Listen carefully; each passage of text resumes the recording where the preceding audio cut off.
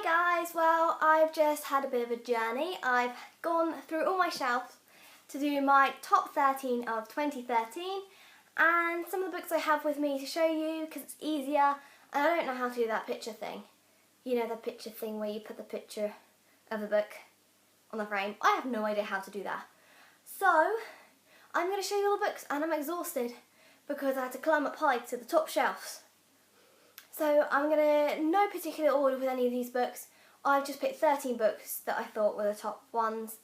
And I've read 43 books so far this year. So I'm going to share them with you guys and let me know what you think of them.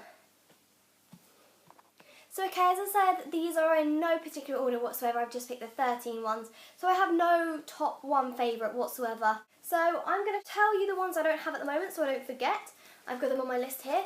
Now, this list does not include rereads because if it included rereads, Hunger Games would take up at least half of it. I've got the BFG there and Private Peaceful and they would be way up there as well.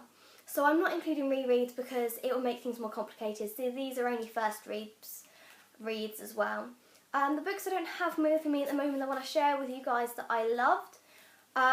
Fault in Our Stars. Come on. It's going to be up there somewhere. It's amazing. You all know it's amazing. I don't even have to say anything because everyone knows it's amazing. Next one, which I don't have, is Sea Sisters. I can't remember who this is by. I should be a bit more prepared. I will write it down below so you can see who it's by. This was about two girls and one of them goes on a journey and she ends up dying and then her sister follows her journey to find out why she died. And it was amazing. I loved the book so much. It's all about sisterhood and I completely adored it. And then, which other ones don't I have? I'm exhausted still. The Universe versus Alex Woods. Don't remember who that's by, so I'll put it down below. And this was a really good story. It's about a 17-year-old boy who makes friends with one of his elderly neighbours and his elderly neighbour becomes ill and he sort of, I don't know if that's a spoiler or not, I can't remember. I won't say anything more than that. It was a very good book and I very much enjoyed it. And I can't say any more because I can't remember what's a spoiler and what's not a spoiler in the book. So now I will get on to the books I actually have physical copies of so you can have a look. So we have got A Walk to Remember by Nicholas Sparks. This book, just Nicholas Sparks all over, is amazing. I thoroughly enjoyed reading this one. It is different to some of his other books. And it was short and sweet and lovely and lovey-dovey and lovey-dovey. Next one, Black Heart Blue, which I mentioned in my other review. If you want to have a look, I mentioned how much I love this book as well. So read it. Dragon Keeper, which you guys would have heard about in my previous videos. Aimed at kids, completely adored it. I have the incomplete series over there that I will get round to reading because this is amazing and dragons are awesome. Another one I mentioned to you guys is Close My Eyes by Sophie Mackenzie. This one's amazing and it is probably in my top 5 for this year at the moment. It's beautiful and it made a big impression on me and I wasn't expecting it, so I love this book. Next one is Breathe by Sarah Crossan. I have the second one to read with me at the moment. So I have to reread this one soon. I really enjoyed it the first time I read it and I'm worried the second time I read it I won't enjoy it as much. And it's a dystopia and it's amazing and it's a really good book.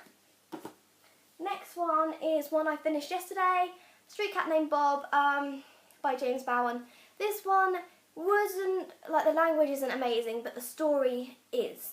Like, it's written by a guy who lived in sheltered accommodation and basically was homeless and he spent most of his life busking and he finds this beautiful little kitty who's on the front cover who's such a character and I love cats so much. I really enjoyed this book and it's such a sweet book even if it isn't written perfectly. It doesn't matter because it shows really the character and it tells you about the people in the book really. So yeah.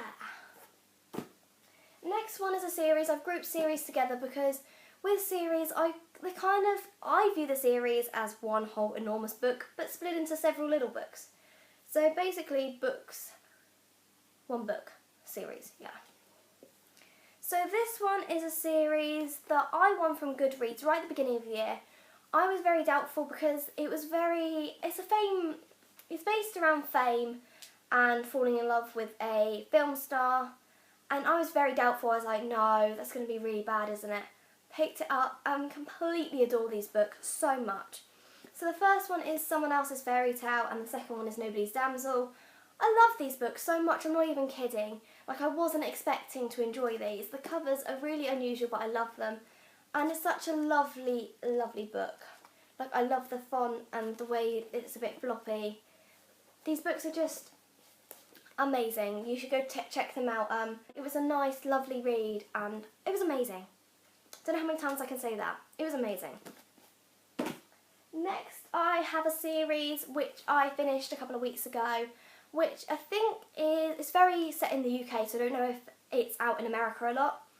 And I loved it. My mum read it before me and she loved it and I love it too. And that's the Numbers trilogy by Rachel Ward, and we've got Numbers, The Chaos and Affinity.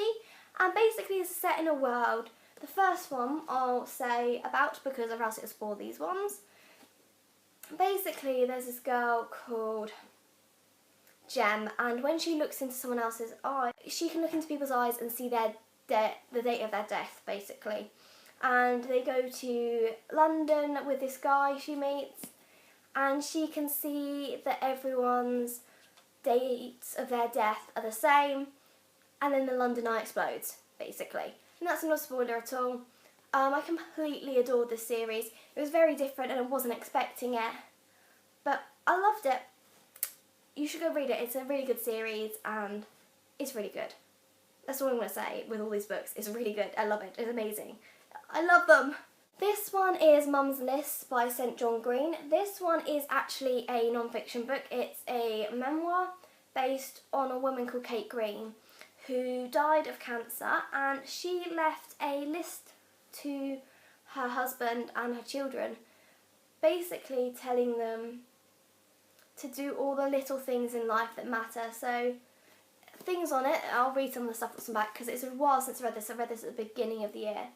Things like always kiss the boys goodbye and good night. Please teach the boys to say what they mean. Mummy loved Orange Club biscuits, jam and jelly and lemon curd. So things like that. And oh my god, this book, I cried pretty much through every single page. Not because it's a horror book, I'm not going to say it's a horror book, it's an amazing book, it's beautiful and it's so heartwarming as well, and I can't explain to you how beautiful this book is. I can't, it's just so lovely. If you really want a heartwarming book, although you will cry, trust me, if you don't want to cry, don't read it. Basically it's about a normal family whose mother gets cancer and dies, and it's about their life together and it's beautiful and I love it. The last book, I can't remember whether this is a reread or not. The other one by Sarah Desson I've read and I think it is a reread because I remember it. But this one I don't, so I'm going to put it in anyway just in case. And that's Just Listen by Sarah Desson. Now, every book by Sarah Desson that I've read so far I've enjoyed and loved, and I just think they're YA books and they're a bit cheesy, but Laura likes cheese a lot. So they suit me and it's an easy, light read when you're putting yourself through heavy uni reading. So that one was really good. Yeah, I've got two other books which were close to the top 13, but not entirely in the top 13. They're by two authors I completely adore, but they were just... So I will share them with you guys anyway because they are amazing books either way. Now, was Noble Conflict by Malorie Blackman. Now, I love Malorie Blackman. I love Boys Don't Cry and I love the Noughts and Crosses series so much. This one I didn't enjoy as much as the other books, but it was still really good. I'm not even kidding, like I enjoyed the book and it was really peculiar and different to other writing, but it was still good, so you should read it. The next book is Sophie Kinsella, one of my favourite authors ever. I can't explain how much I love her writing. Wedding Night for me was nowhere near as good as her other books. it really disappointed me because it wasn't as good. But I still really enjoyed it, even though it didn't reach like Sophie Kintella's top writing standard. It's really good, and I like the cover a lot. So yep, that was Wedding Night. Yep, 13 books for 2013. Yeah! So I will pick them up, as I like to try and do an attempt. Like, it looks more because it's series, but series are one book, aren't they? So that's my books for 2013, the top 13, and obviously I've got the other two I showed you earlier, and obviously the few that aren't here. So I really hope you enjoyed looking at my books that I favoured for 2013, and if you've read any of the ones that I put in my top, or you think you're in your top as well, comment and let me know below. And also if you want to read any of them, or you think any of them are good, let me know as well, because they're amazing, and recommendations for 2014! So I really hope you enjoyed seeing my top 13. I love seeing everyone else's top 13s. And it's nice to see when you see books that everyone else thinks is in the top 13. So I hope you enjoyed this, and good night!